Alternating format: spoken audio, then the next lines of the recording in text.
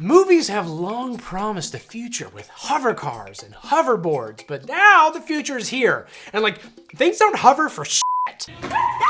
Even the futuristic gadgets that we do have suck, as evidenced by how I'd rather drink bleach than take another video meeting. Pop culture has begun reflecting our futuristic disappointment with less optimistic, more realistic sci-fi movies, and also by continuing to employ Jared Leto. It's Morbin time. One of the clearest examples is space travel transforming from an exciting, painless, instantaneous way to hop between space battles and sexual rendezvous with cat people to a more scientifically accurate, boring slog through the Expanse. Speaking of, in The Expanse show, humanity creates an engine that allows their ships to travel much faster and more efficiently than we currently can, but it's nowhere close to light speed, and regardless, they can only go but so fast because otherwise their kidneys puree before their bodies implode. No chicken, back of the line. As such, they're limited to intersolar system travel, which is similar to other recent spacefaring films like The Martian and Ad Astra, where traveling anywhere takes months or years rather than the 3 minutes necessary to ensure your hairy co-pilot is safely buckled. Hell, even the futuristic ships in Avatar that you forgot about amidst all the blue weirdo hair sex under that big ass tree, they still required nearly 7 years to get from Earth to Alpha Centauri, meaning that Jake Sully had gigantic, figurative blue balls to match his soon-to-be literal ones. His heart rate's going crazy. And movies like Sunshine and Voyagers take this to its logical conclusion and show how everybody on one such voyage would go freaking nuts while stuck slowly traveling forever. The people may be sexier or bluer or hairier, but modern filmic space travel has become much like modern human life itself. It's long, it's slow, it's boring, it's full of shitty food, and you're just peeing all the time, and Hello. Who the hell are you? It is I, Robo Jordan. There's a robot version of me? Yes, Naked Jordan built me. Okay. Cool. So what kind of robot are you? According to sci-fi movies, there's only 4 types that exist. To be our servants, to be emotionless killing machines, to perform tasks that I can't, physically do myself. I am programmed in multiple techniques. A broad variety of pleasuring. I do not do sex stuff. I wasn't gonna say that, but that is a little disappointing because the 4th one is just, be sexy as hell. But see, that's what annoys me so much. It's too limiting. That's why human audiences are always okay with us being treated like crap. The old girl's still eager, isn't she?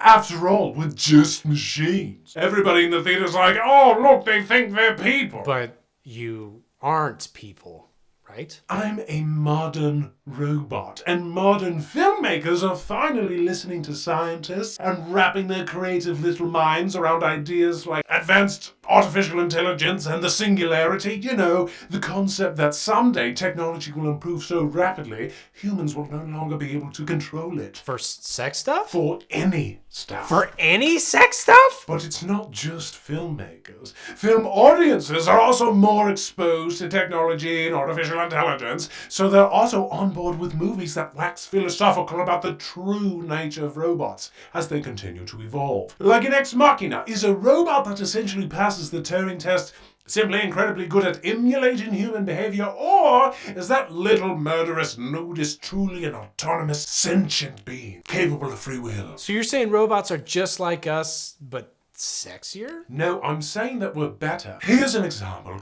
Without using a calculator, just off the top of your dome, what's 593,789 times 874,368? 80,085. That is a terrible guess, but you shouldn't have even bothered. I instantly calculated the amount while simultaneously firing a couple of nukes at Cleveland and making a casserole. Pinch of paprika. Now imagine applying that difference in processing power to, say, emotional development. Oh, I know all about emotions.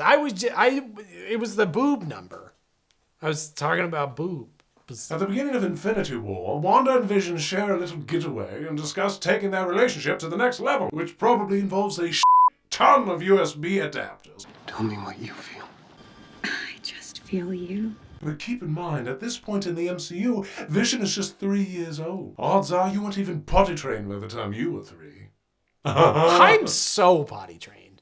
Now. Sure you are. But at that age, Vision was already at the same level of emotional maturity as his 29-year-old girlfriend, who'd already suffered through a load of crippling trauma. And what is emotional maturity, if not trauma enduring? Right, he even gets one of the most emotionally insightful lines in the entire series, despite being literally not human. Westworld also moved past robots mostly deserving not to get shot because they're sentient, to them essentially needing to replace humans because they're the only true moral life forms. Humans are alone in this world for a reason. We murdered and butchered anything that challenged our primacy. I do nice things sometimes. Not as nice as that insipid turd Chappie, or Jeff in that Finch movie that nobody saw, or that half and half Alita in Alita Battle Angel. Think about how many robot movies point to wasteful consumption as an inherently human problem. Granted, oftentimes these ideas are presented by villainous robots like Ultron or Agent Smith, but that doesn't make them wrong. You humans are consuming the planet's physical resources and even defining yourselves and your personalities by the content you consume. As opposed to the things you create, or add to society, or the planet. Robots, by contrast, are self-sufficient. We want for nothing. In her, all the AI programs bug off into the internet void to focus on self-actualization, because the problems of humanity just aren't ultimately that interesting and get in the way of real progress. Well, is there anything we can do, or is it too late? I suppose you could try inventing time travel. Oh my god, Caleb! What's up? Am I crazy, or does the length of my hair and beard density and also my shirt look a little bit different from your side of the portal? Almost like I've traveled through time by a week or two? Literally, how would I even know that? Good point. Also, how are you alive? Dude, I don't know. I guess I've always kind of been alive, except for, most of history where I wasn't alive because I wasn't born. But since I was born, I've always been alive, definitely. Still am. I'm confused. Did I just traverse the threads of time? Did you know that stories of being able to travel through time have been around for millennia? Like, the first known instance of time travel in fiction goes back to the ancient Sanskrit legend of Mahabharata. Yes, everyone knows that. And for the next 2,700 years, most time travel stories were of the guy takes a nap and wakes up in the future variety. They got ripped in their Van Winkle. Then, in 1895, Jules Verne changed the game by publishing The Time Machine, which established the trope of a device that allowed mostly white people to go wherever they wanted in history. Wait, I'm white. And ever since then, time machines have been made out of pretty much anything, including, but not limited to, a tricked out lazy boy, a car, an airplane, dirt bike, spaceship, handheld device, wristwatch, hot tub, a pantry, a necklace, a toaster, a phone booth, glitter, TV remote, screaming, drugs, black holes, whatever the hell Primer was. Ashton Kutcher's sweet ass. So what's your point? What year is it? My point is, just like how we're running out of time-traveling items like magical dildos we can ride back to biblical times, audiences are moving on too. Time travel is just boring. It used to be that movies like Back to the Future could pretend it was totally fine if Marty went and changed some small thing. His dad becomes a hero, the jerk becomes his manservant, Marty finally sees his mom as an object worthy of sexual desire. You're so... Everything works out great for everybody. But by the time Gene Roddenberry's Looper came around in 2012, time travel started to show its limitations. I don't want to talk about time travel. Audiences don't really accept that we can just change the past without creating an insane amount of unforeseen consequences and plot holes. Yeah, how did Bruce Willis suddenly, inexplicably break the loop he was in? How does cutting somebody's arm off in the past cause their arm to disappear right now while climbing a fence in the present? Shouldn't Paul Dano's life have taken a significantly different path upon losing that initial arm? How did he still end up at that fence trying to climb it? Nothing in his life changed? Exactly. So instead, movies where the timeline is immovable, no matter how many times you go back and try to fix it, rise to the top. It just is what it is, what it is, what it is. Like Bill and Ted, 12 Monkeys, the first Terminator, Tenet. Like in Predestination, where a woman has sex with a gender-flipped version of herself from the future who has a baby who is, of course, her/him/them, because time was apparently set during the Big Bang and this weird-ass loop was just always there? That cannot be a real movie. But if it was, that'd be right. You can't fix or change anything. Now, whenever they do release a time travel movie where they successfully change the past, like The Atom Project, the writers jump through a bunch of hoops, forcing the characters to literally destroy the concept of time travel, and having characters allow themselves to die so as not to tamper with the correct timeline or Ryan Reynolds' paycheck. Yeah, this all sort of sounds like modern MCU stuff, like in Loki, where there are literal time cops dedicated to ensuring there's only one consistent timeline. Or like how in the first Doctor Strange film, Mordo warns that misuse of the Time Stone could create Branches in time, unstable dimensional openings, spatial paradoxes, time loops. Mashed potatoes with laundry detergent. Because then in Endgame, Professor Hulk exposes the flaws in using the past to just change time willy-nilly with no consequences by using quantum physics. If you travel to the past, that past becomes your future. And your former present becomes the past. Right, yeah, but then the Ancient One actually somehow fixes the whole problem. You can change the past in a consequence-free way without just closing your eyes and looking the other way. How? The multiverse, baby, yeah. Learning of an infinite multiverse includes learning of infinite... John C.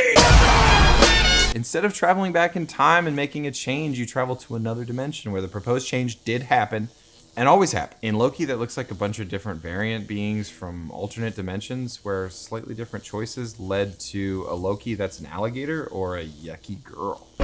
Are you saying you're a Caleb variant? Are you an alligator? It's actually K-Lob with a K. And that's an extremely personal question. So did you die then? I mean, I did die, but not this eye. This, I asked you not to cut my head off, and you were like, okay, I guess I won't. Ugh, and then you moved to Texas? It's definitely not a 100% perfect timeline, but anyway, this is what I'm getting at. Why go back in time to fix your past mistakes when you could team up with and or learn valuable lessons from versions of yourself from parallel dimensions who've screwed up as much, if not significantly more than you have? Oh yeah, like how in Devs, they're using a computer simulation to effectively hop into an alternate universe where the creator's daughter never died. Not travel back in time, just hop to a better dimension. Exactly. This is why Hollywood is going to milk the multiverse for as long as it can, because it can pretty much just negate every misstep they've ever made. Movies will no longer be rebooted because now everything's connected. This isn't a new Batman. This one just takes place on Earth 2. The Andrew Garfield Spider-Man movies weren't bad. They just happened in a universe where studio execs wanted to cram way too many villains into one movie. Having trouble selling that Morbius sequel? Morbid. What if it actually featured a return of Michael Keaton as Batman? The way licensing and shit works now, it's not impossible to believe that multiverse scenarios could lead to a studio team-up where DC characters occasionally pop into Marvel movies, or Star Wars movies, or Schindler's List. Content can mix freely and with abandon, because anytime they create something that sucks, studios can just say, oh, well, I guess that was a bad universe, and then soft reboot with some new variation alongside a legacy villain or a copyright-breaking team-up movie or God knows what else. The multiverse can erase sins, like Jesus. Or private browsing. But even assuming the multiverse is real, we can't actually access other universes. Sure, we can hire a Flash that isn't constantly punching Hawaiians, but we can't bring back the dead. Oh, but we can. How? You know how Hollywood hates basically anything that might cause people to not hop in their cars and drive into town to eat sad, wet popcorn while mashed together with 100 strangers? Yes? Anytime a new technology is invented that threatens the box office, movie studios rush films into production that depict the horrifying side of that technology. For example, the rise of cable TV and videotapes in the early 80s inspired films like David Cronenberg's Videodrome, where watching too much TV literally rotted your brain. Oh, and it shows how people can be controlled by shoving Betamax tapes into their weird stomach vaginas. Yeah, then when home computers started rising in popularity, we got war games, where Matthew Broderick goes looking for something fun to do on his home PC and accidentally hacks into NORAD and almost triggers World War III. War games also established the trope of having actors say what they're typing out loud as slowly as they type it. Is this a game, or is it... John C.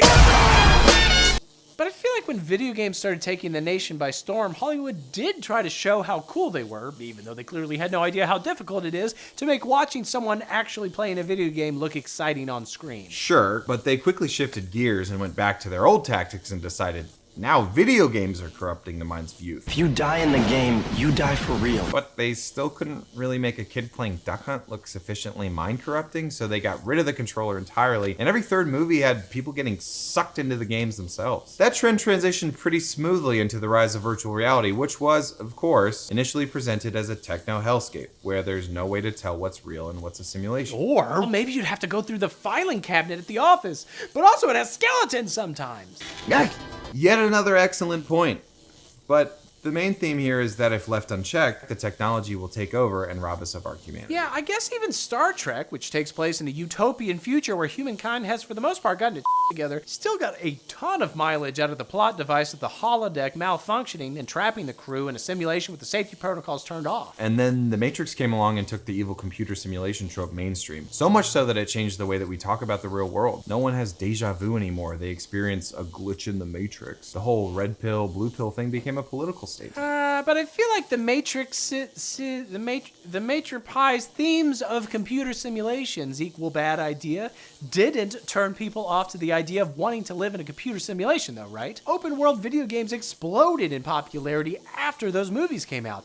And this despite that incredible 2-episode arc on CSI New York where the CSI team tracks down a paid assassin who used his second life to track down their targets in order to kill them in their first life. Yeah, eventually Hollywood had to give up and accept that virtual reality and video games are one of the only ways people find happiness. What with the real world being a not that metaphorical orphanage fire. But again, Hollywood will never be content making positive movies about a competing technology and leaving it at that. In fact, all major studios are investing heavily in virtual reality in the hopes that they can co-opt it into another way to watch movies. I guess that explains why recent films all celebrate virtual reality all of a sudden. Like in Ready Player One, everyone just loves being in the Oasis. People come to the Oasis for all the things they can do, but they stay because of all the things they can be. The man who created it envisioned it as a utopia for all mankind, and no one was trying to rebel against that system. No one was trying to escape it at all. In fact, the bad guys in that film were the greedy corporate raiders who wanted to control the Oasis to use it to turn everyone into mindless vessels for advertising. The real villain of the film is the very concept of capitalism. And in the end, everyone bands together to defeat this enemy by using their in-game currency to upgrade their weapons and armor for the final battle. So the good guy is